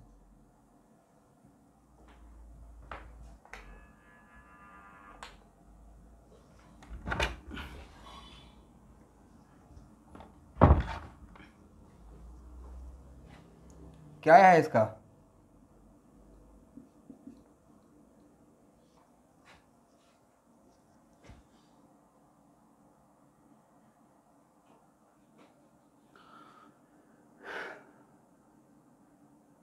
इतना टाइम लगेगा? इसका आर है सर। इसका कितना है भाई? सबका आर होना चाहिए, राइट? Yes, sir. इसका मतलब है कि हम लोग को ऐसा लग रहा था कि इस तरफ से अटैक करना, इस तरफ से, अब हम लोग को लग रहा था कि बैक साइड का अटैक करने का 3 तरीका है, बट इन्हें लगा कि तीनों इस तरफ से बैक साइड, इस तरफ से बैक साइड, इस तरफ से back side, all back side attack gives one product. Yes, sir. क्या 3 डिफरेंट प्रोडक्ट दिया या all are identical according to universal statement? यही जो है वही तो ये है, यही वो है, राइट? Yes, sir. इसका मतलब है कि किसी भी लिविंग ग्रुप के रेस्पेक्ट में फिशर प्रेजेंटेशन बैक साइड देखने का, बैक साइड लग रहा था 3 है, बट कॉन्फिगरेशनली उसको 1 काउंट करेंगे, क्योंकि बैक साइड अटैक करने से अगर 3 अलग अलग प्रोडक्ट मिलता तब बोलते कि बैक साइड अटैक करने का तरीका 3 है और तीनों से अलग अलग प्रोडक्ट मिल रहा है। बट बैक साइड, इस तरफ से बैक साइड अटैक, इस तरफ से बैक साइड अटैक, इस तरफ से अगर अटैक करते हैं, then we get different back side product या same identical product, identical product, right? Yes, sir. इसका मतलब किसी भी कायरल सेंटर पे लिविंग न्यूक्लियोफाइल का अटैक करने का तरीका सब्स्टिट्यूशन रिएक्शन में, जिसका sp3 हाइड्रोजन है, 2 ही हो सकता है, फ्रंट साइड और बैक साइड। और 2 तरीका के अटैक से क्या 4 प्रोडक्ट बनेगा या 2 ही डिफरेंट प्रोडक्ट बन सकता है उस पार्टिकुलर कायरल सेंटर पे? फ्रंट साइड का एक प्रोडक्ट और एक बैक साइड का। बैक साइड में इनिशियली हम लोग को लग रहा था कि शायद 3 अलग अलग प्रोडक्ट है, but how it is possible? एक कायरल सेंटर से 4 प्रोडक्ट पॉसिबल है? एक कायरल सेंटर मैक्सिमम 2 ही तो हो सकता है, आर वाला प्रोडक्ट नहीं तो एस वाला, right? Yes, sir. That's why all these 3 back side are configurationally identical, right? Yes, sir. इधर इस तरफ से न्यूक्लियोफाइल्स का अटैक करें, मतलब I माइनस का इस तरफ से अटैक करें, I माइनस का इस तरफ से अटैक करें, या I माइनस का इस तरफ से अटैक करें, looks like 3 different back side attack but configurationally identical, right? क्योंकि all back side attack give identical product, is it right? Yes, sir. Note करके लिखिए।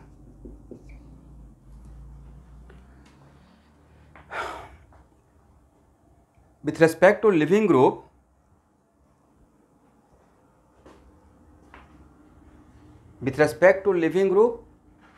back side are 3 in Fisher presentation, but configurationally all are identical.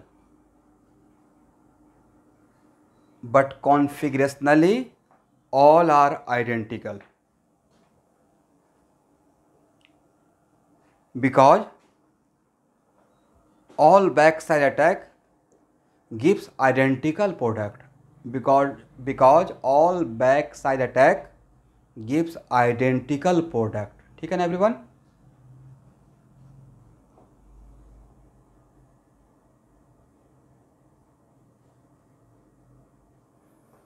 लिखिए, यहाँ मैंने ये बताया कि with respect to leaving group in Fischer presentation there are 3 different back side attack, right? Leaving group अगर A है स्टूडेंट, यहाँ देखिए, लिविंग ग्रुप अगर मेरा ए है तो इस लिविंग ग्रुप के रेस्पेक्ट में बैक साइड अटैक करने का तरीका तो 3 है, या तो एच की तरफ से अटैक कर दे, नहीं तो डी की तरफ से अटैक कर दे, नहीं तो बी आर की तरफ से अटैक कर दे, राइट? इस एग्जाम्पल में Yes, sir. सबको हम लोग बैक साइड अटैक में ही अकाउंट मिलेंगे, काउंट में करेंगे, बट इस तरफ से अटैक करने से, इस तरफ से अटैक करने से, इस तरफ से अटैक करने से क्या 3 डिफरेंट बैक साइड प्रोडक्ट मिल रहा है या all are identical product according to universal statement?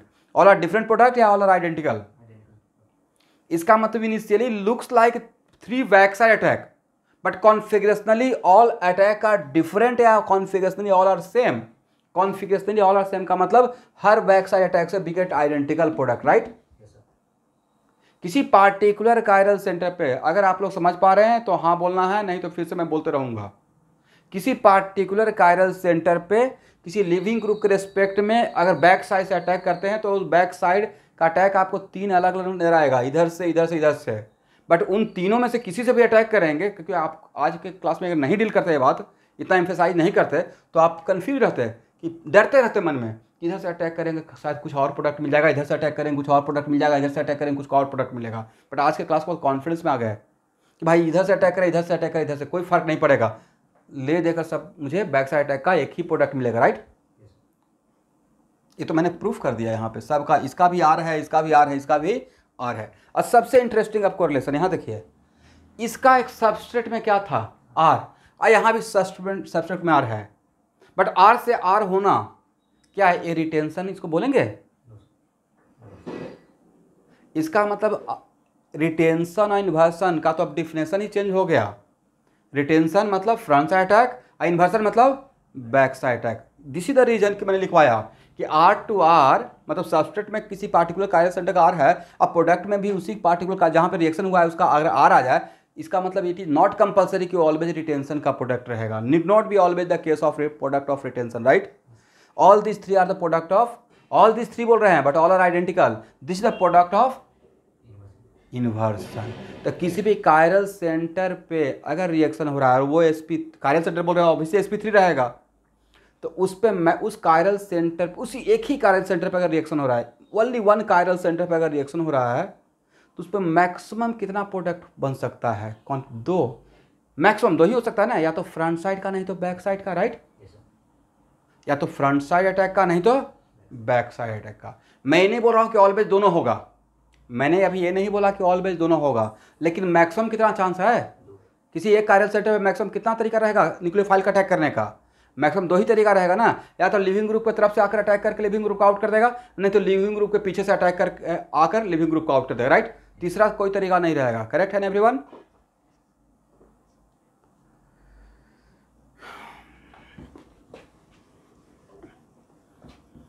अब इसी यहाँ पे इस बात को समझ गए तो अब मुझे SN1 और SN2 का स्टीरियोकेमिस्ट्री पढ़ा सकता हूँ। बट बिना इसको क्लियर किए हुए SN1 SN2 में कितना भी मैं बोलते रह जाता तो आपको समझ में नहीं आता, ठीक है?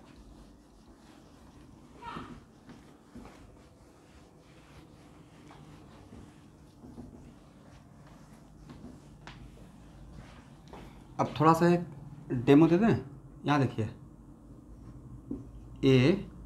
ABD, भाई SN2 में होता क्या था जरा बताइए, बता सकते हैं?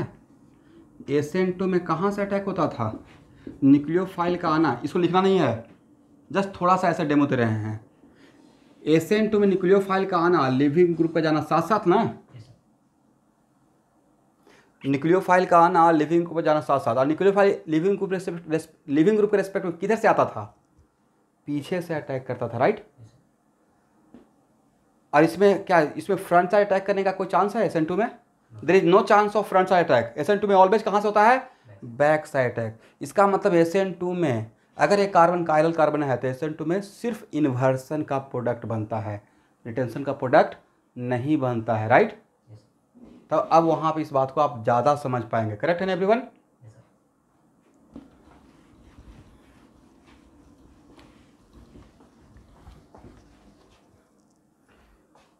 चलिए स्टूडेंट,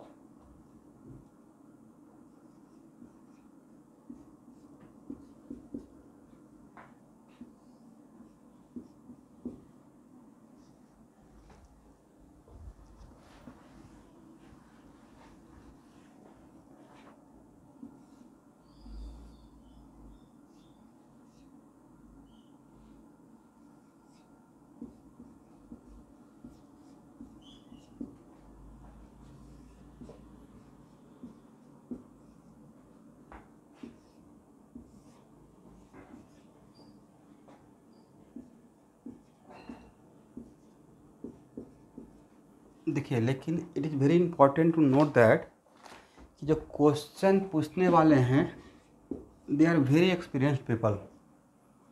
वो चीज़ों को मिक्स करके क्वेश्चन पूछेंगे। यहाँ देखिए, मतलब वो डिटो आपको ऐसे नहीं सजा के देंगे कि देख के पता चल जाए कि ये फ्रंट साइड टाइप का प्रोडक्ट है और बैक साइड का है, राइट। वो चीज़ों को थोड़ा घुमा देंगे। जैसे मैंने यहाँ पे दिया, तो क्या डायरेक्टली देख कर आपको पता चल रहा है कि फ्रंट साइड का प्रोडक्ट है या बैक साइड का? उल्टा पुल्टा कर दिए ना, नहीं लगता कि उल्टा पुल्टा कर दिए हैं यहाँ पे प्रोडक्ट में? अगर बिल्कुल डिटो ऐसे यहाँ पे सीएल था, यहीं पे ओएच ला के रखते तब आप बता सकते हैं। बट यहाँ पे जो मैंने प्रोडक्ट बनाया, तो डायरेक्टली सिर्फ just by seeing the product, सिर्फ आपको देख कर क्या आप गेस कर पाएंगे कि ये रिटेंशन का है, इन्वर्सन का है? नहीं पता चल रहा है, राइट। तो उस केस में हम लोग क्या करेंगे, मतलब हम लोग को काम करना है कि इसका बताना है कि रिटेंशन का प्रोडक्ट है या इन्वर्सन का प्रोडक्ट है। तो यहाँ देखना है, पहले समझना है। तो उस टाइम पे अब इट इज़ यहाँ पे it is very important to note that जहाँ पे देखकर सिर्फ पता चल रहा है, तो वहाँ पे काम करने का रिक्वायरमेंट नहीं है। देखकर कहाँ पे डायरेक्टली पता चल जाएगा कि जहाँ पे CH3 C2H5 और H जहाँ है वही रह जाए और Cl के जगह पे OH आ जाता, तो देख कर बता देते कि विदाउट डिस्टर्बिंग दिस 3 यहाँ पे आ गया, मतलब फ्रंट साइड का है। या आपको ऐसे लगता कि CH3 या C2H5, CH3 यहाँ है, C2H5 यहाँ है और OH यहाँ, H यहाँ, तब भी बता देते बैक साइड। या H C2H5 यहाँ पे, OH यहाँ पे, CH3 यहाँ पे, तब भी बता देते बैक साइड का। लेकिन यहाँ पे जहाँ पे बिल्कुल मिक्स कर दिया गया, तो उस केस में क्या करना है, एक रेफरेंस मॉलिक्यूल बनाइएगा। ठीक है स्टूडेंट, और रेफरेंस मॉलिक्यूल किसका बनाएंगे? एक रेफरेंस मॉलिक्यूल बनाएंगे रिटेंशन का। ठीक है,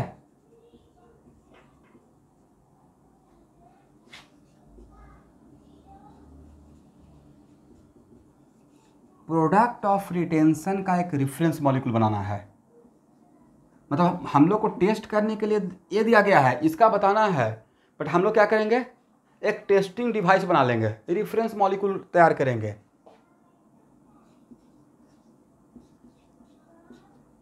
यहाँ पे पता नहीं चल रहा है, बट यहाँ तो डायरेक्टली देखकर आपको पता चल रहा है कि रेफरेंस रिटेंशन का प्रोडक्ट है।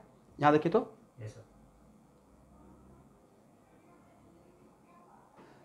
ये रिटेंशन का प्रोडक्ट है। अब हम लोग बाइजली क्या काम करेंगे, इसका R और S निकालेंगे। क्या करेंगे, इसका R और S निकालेंगे। इसका R या S जो भी इसका आएगा उसको इसके साथ मैच करेंगे, और इसका R और S इसके साथ अगर मैच कर गया, मतलब ये प्रोडक्ट किसका रहा होगा, रिटेंशन का।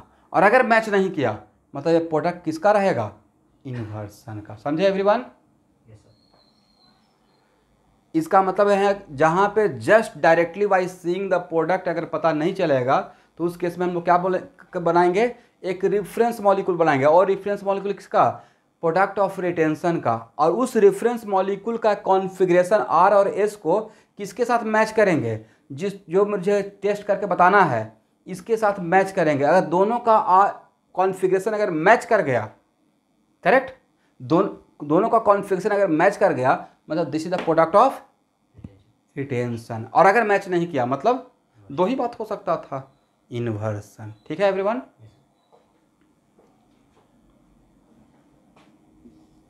किसी को डाउट है तो फिर पूछ लीजिए, मैं रुका हुआ हूँ यहाँ पे। एनीवन जिनको डाउट है?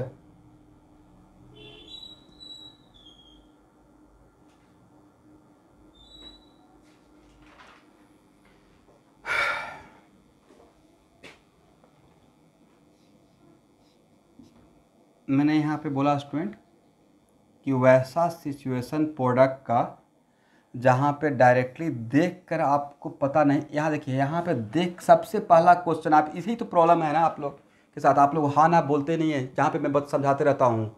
जहाँ पे डायरेक्टली देखकर पता नहीं चल रहा है, एक होता है कि डायरेक्टली देखकर पता चल रहा है, देखकर ही पता चल रहा है, तब वहाँ पे सब पूरा ड्रामा करने का रिक्वायरमेंट नहीं है। पर जहाँ पे डायरेक्टली देखकर पता नहीं चल रहा, जैसे इस केस में मैं जानबूझ कर थोड़ा सा ऐसे उल्टा पुल्टा घुमा दिया, राइट, यहाँ देखना है। तो जहाँ पे डायरेक्टली देखकर पता नहीं चलेगा, उस केस के लिए मैं एक तरीका आपको बताया, शॉर्टकट। क्या तरीका बताया? कि उस केस में एक रेफरेंस मॉलिक्यूल बनाएंगे और वो रेफरेंस मॉलिक्यूल किसका रहेगा? प्रोडक्ट ऑफ रिटेंशन का। रफ वर्क में करेंगे काम, करेक्ट।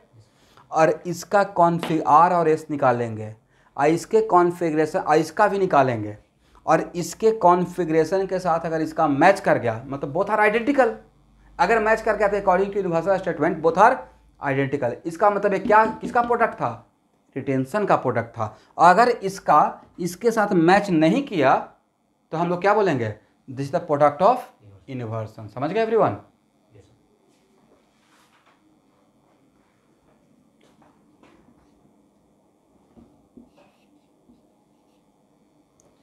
लिखिए,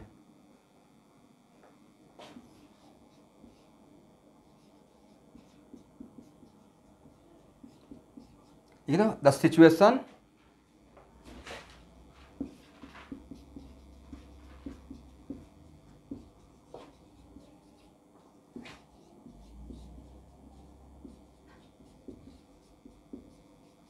मैं इसको डिक्टेट कर दूंगा, पढ़ दूंगा। The situation where we can not directly decide just by seeing the product whether it is the product of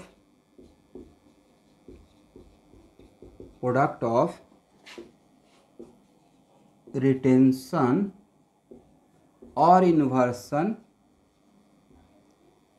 then इसके बाद कंटिन्यू कीजिए, मैं इसके बाद बोल रहा हूँ।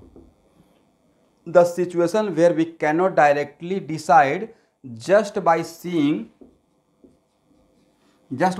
the product whether it is the product of retention or inversion, then for this type of situation we make a reference molecule. Then for this type of situation we make a reference molecule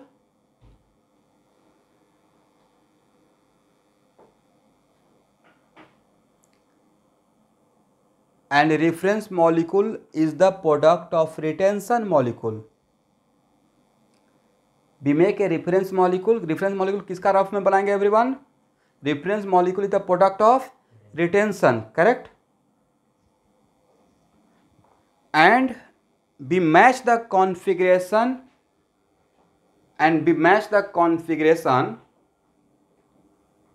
of testing molecule with reference molecule. ये मेरा testing molecule है जिसका test करके बताना है, ठीक है। And we match the test configuration of testing molecule with reference molecule. किसका टेस्ट करके आपको बताना है? किसके बारे में बात कर रहे हैं? इसके बारे में बात कर रहे हैं ना, इसका बताना है, राइट? तो this is the testing molecule, correct. तो इस टेस्टिंग मॉलिक्यूल का किसके साथ कॉन्फ़िगरेशन को मिलाना है? We match the configuration of testing molecule with reference molecule. If configuration are identical, मतलब दोनों का अगर R, इसका R है, इसका भी R हो गया, इसका R है, इसका भी अगर R ही है, दोनों का अगर मैच कर गया, if configuration of both are identical, it means given product is the product of retention. It means given product is the product of retention.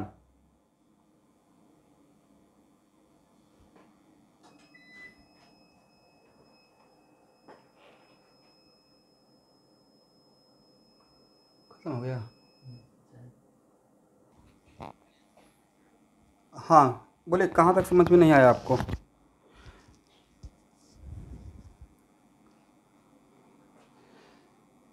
मैंने सिर्फ सिंपली ये बोला है कि जिस मॉलिक्यूल का टेस्ट करना रहेगा कि जहाँ पे जस्ट बाई सीइंग, मतलब प्रोडक्ट को देखकर अगर पता नहीं चल रहा, उसको आप लिख लीजिएगा इस सेंटेंस में। जिस प्रोडक्ट को जस्ट डायरेक्टली देखकर पता नहीं चलेगा, उस केस के लिए क्या करना है? उस केस के लिए आपको करना है कि एक रेफरेंस मॉलिक्यूल बनाना है। वो रेफरेंस मॉलिक्यूल किसका रहेगा? वो रेफरेंस मॉलिक्यूल रहेगा रिटेंशन का। और जिसका आपको टेस्ट करके बताना है ये this is the testing molecule right, इसी के बारे में हम लोग को टेस्ट करना था करेक्ट, कि रिटेंशन का प्रोडक्ट है या इन्वर्सन का है। तो इसका इसके साथ मैच कराना है। अगर दोनों का कॉन्फ़िगरेशन मैच कर गया मतलब ये प्रोडक्ट किसका था, रिटेंशन का, और अगर मैच नहीं किया मतलब ये प्रोडक्ट किसका है, इन्वर्सन का। ठीक है, इतना सा लाइन लिखना था। अब हाँ ना बोलते ही नहीं। सबसे बड़ा डाउट तो ये है कि समझने के बाद अगर समझ में आ गया तो प्लीज़ रिप्लाई कीजिए। ये समझ में आ गया सबको? ओके, ये थोड़ा कॉन्सेप्चुअल था लेकिन बहुत इतना भी कॉन्सेप्चुअल नहीं है, जहाँ पे डायरेक्टली लग रहा देख कर पता चल जाएगा कि फ्रंट साइड क्या है बैक साइड क्या है। वहाँ तो कोई डाउट है ही नहीं। वहाँ पे रेफरेंस मॉलिक्यूल का रिक्वायरमेंट होगा क्या आपको? वहाँ पे रेफरेंस मॉलिक्यूल की रिक्वायरमेंट नहीं होगा। रेफरेंस मॉलिक्यूल कहाँ रिक्वायरमेंट कहाँ पे होगा सर? रेफरेंस मॉलिक्यूल का रिक्वायरमेंट होगा जहाँ पे चीज़ों को थोड़ा ट्विस्ट करके उल्टा पुल्टा करके दिया जाएगा राइट। यहाँ पे सब कुछ उल्टा पुल्टा कर दिया ना, यहाँ पे OH ले आए राइट, तो OH यहाँ पे लाए तो CH को यहाँ पे भेजना चाहिए था, H को मैंने यहाँ रख दिया, CH3 को यहाँ रख दिया, C2H5 को उल्टा कर दिया, इधर कर दिया राइट, तब पूरा उल्टा पुल्टा कर दिया और तब पूछ रहे हैं कि प्रोडक्ट किसका है। तो उस केस में हम लोग we are very smart people नहीं है फिर भी बोल रहे हैं, तो इसका टाइम पे क्या करेंगे, एक रेफरेंस मॉलिक्यूल बना लेंगे साइड में। किसका? रिटेंस। सबसे आसान रेफरेंस मॉलिक्यूल किसका बनाना रहेगा? डायरेक्टली इसको हटाए OH यहाँ बैठा दिए, रेफरेंस मॉलिक्यूल किसका? रिटेंशन के प्रोडक्ट का। और इसके कॉन्फ़िगरेशन के साथ जिस प्रोडक्ट का मुझे चेक करके बताना है दोनों को मैच कर देंगे। अगर मैच हो गया तो this is the product of what, retention. और अगर मैच नहीं किया, लिख लेना है, अगर मैच नहीं किया देन प्रोडक्ट किसका रहेगा? इन्वर्सन का। Correct. If configuration of testing molecule and reference molecule does not match then this is the product of what, inversion. ठीक है, यस। तो अभी प्रॉपर क्लियर हुआ कि कोई भी किसी कायरल सेंटर पे अगर रिएक्शन हो रहा है तो दो टर्म यूज हुआ, reaction occurring with retention of configuration और reaction occurring with inversion of configuration. दोनों किस टर्म से रिलेटेड है? फ्रंट साइड और बैक साइड से। लेकिन समटाइम्स डायरेक्टली देखकर पता नहीं चलेगा कि फ्रंट साइड है या बैक साइड अटैक है, तो उस टाइम पे हम लोग इसका हेल्प लेंगे। क्या बनाएंगे? एक रेफरेंस मॉलिक्यूल। उसका किसके साथ मैच करेंगे? इसके साथ मैच करेंगे। मिल गया मतलब रिटेंशन का प्रोडक्ट, नहीं मैच किया इन्वर्सन का प्रोडक्ट राइट। अब कुछ स्टूडेंट क्या करेंगे कि इसी को रेफरेंस मॉलिक्यूल बना देंगे। भाई सबस्ट्रेट का तो मैं नाम ही नहीं ले रहा हूँ, इसका मैंने कभी बोला कि इसका S और R निकालना है, इसको नहीं देखना है, बिकॉज पहले ही मैं डिसाइड कर लिया कि इसका S और इसका S मिलाना ही नहीं है, गड़बड़ हो जाएगा राइट। वो मैंने पहले ही बोल दिया, S to S या R to R is need not always the case of retention right, या S to R is need not the always the case of inversion. Retention inversion front side back side attack से related term है right. तो आज का class यहाँ पे ही विराम दें। हाँ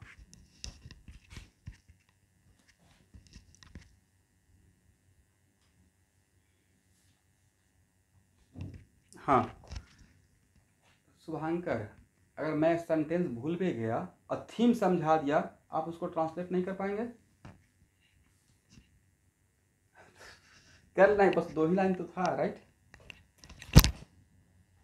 चलिए देखिए, अभी 9 बजे का क्लास